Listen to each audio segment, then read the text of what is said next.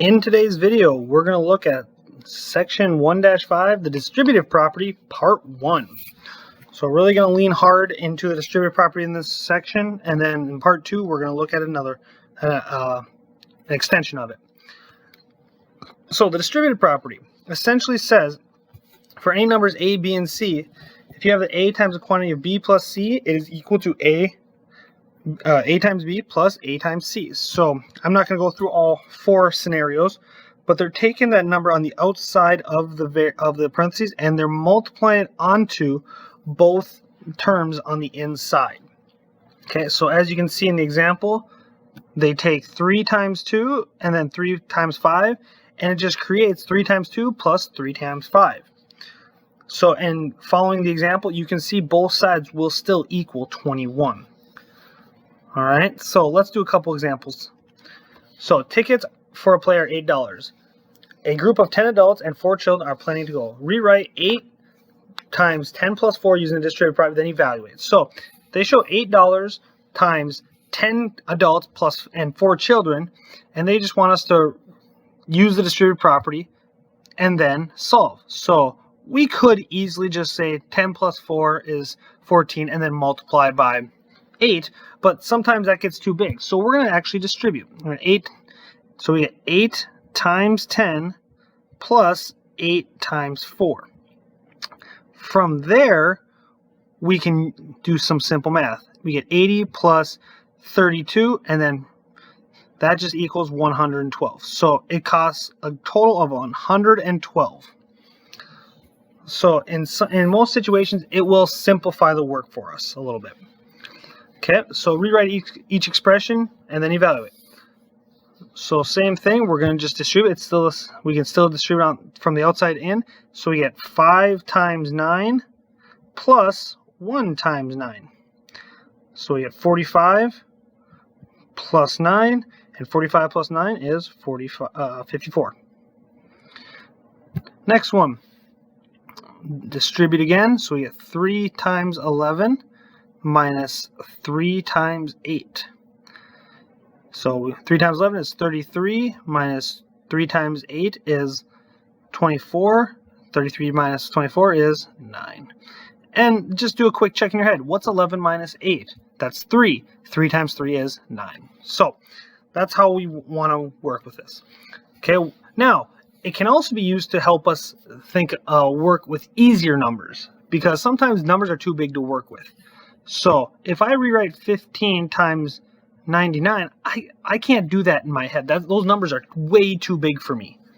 Okay, and a lot of people, they are like I said, they're just too big. I don't want to think about it. Okay, I can do it. It's just going to take more time. But I know I can rewrite this. I can say, well, 15 is just 15, but 99. Wait a minute, that's the same as just saying 100 minus 1. Now, if I redistribute and go 15 times 100 and then minus 15 times 1, well, these are easy numbers to work with. 15 times 100 is just 1500, and 15 times 1 is 15. Well, 1500 minus 15, well, that's 1485. And that took no side scratch work of doing the stacked method of multiplication of 15 times 99. So it can make a little bit easier numbers. So let's do a couple more. Use the distributive property to rewrite each expression, then evaluate. So 402 times 12. So again, we can do the same thing. It really doesn't matter which one you do, but one is always easier than the other. I'm going to do 402 times 10 plus 2. Okay, I could do 400 times 12, but I decided to do this one. Or 400 plus 2, I should say. So again, I'm going to distribute. So I get 402 times 10 plus 402 times 2. Well, these are essentially pretty easy to do in my head. Times 10 is just adding a 0. 402 times 2 is just doubling it, so I get 804. And so, well, man, all these zeros make this really easy, so I just get 4824. Okay, let's do the next one.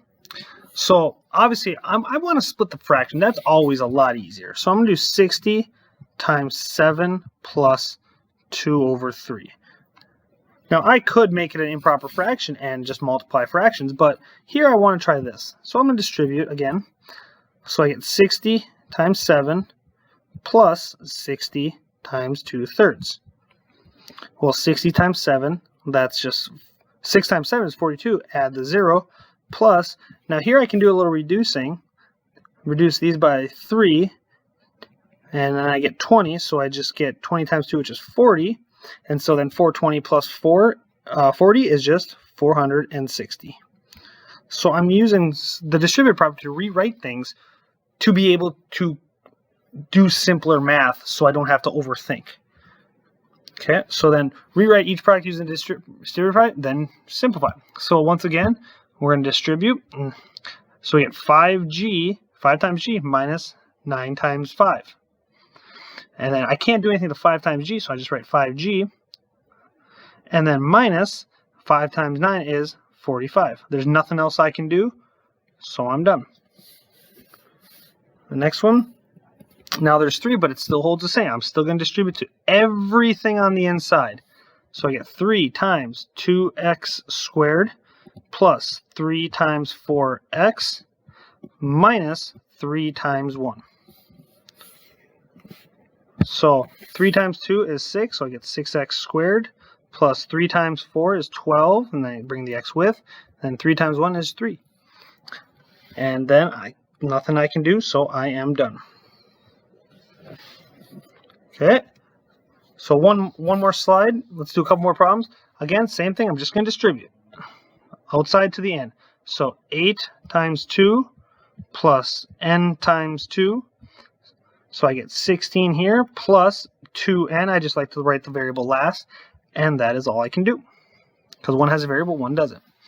So one more. I'm going to distribute. Negative 6 times r plus 3. Oh, let's do it in the right order, the same order I should say. Negative 6 times 3s. That's 8. Last problem, I'm struggling here.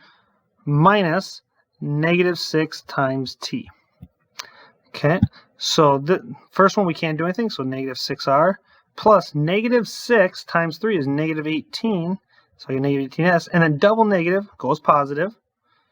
So I get plus, and then 6 times t is just 6t. And again, nothing else I can do, so I am done.